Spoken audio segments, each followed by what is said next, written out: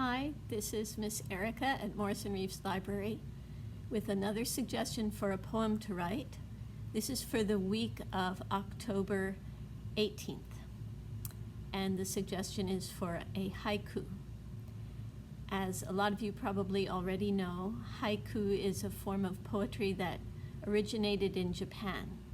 It's very small, it's very short, but it's not necessarily simple to do, because the form of it calls for 5 syllables in the first line, 7 syllables in the second line, and then 5 syllables again in the third line. There are some old haiku that are very famous. One writer was named Basho, and here's an example of a poem that he wrote a long time ago, about 500 years ago. An old silent pond. A frog jumps into the pond. Splash. Silence again. Traditional Japanese haiku are almost always about things in nature, and they try to help you to see, hear, smell, taste what that thing is like. So in the poem about the frog in the pond, the splash sound and then the silence helps you imagine that you're there and that you're hearing what you would hear if you were sitting by that pond in Japan. Here's another Japanese haiku by somebody named Soseki.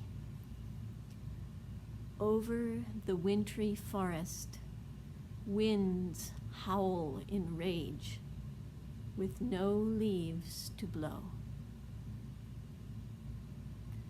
Again, the poem helps you hear the sounds, but also to imagine something in nature having feelings, emotions like human beings do. You can look outside your front door or outside a window and think about what you see in nature and imagine that it might have feelings like a human being, and write a description of it with just a few syllables, just 5 in the first line, 7 in the second line, 5 in the third line. Here's an example of a haiku I wrote when I looked out the library window and I saw a tree with very tiny green leaves on it. Lacy leaves tremble. Invisible wind fingers comb thinning green hair. So in that one, I was imagining that the tiny leaves were like hair on a person's head, and that the wind was like fingers combing through it.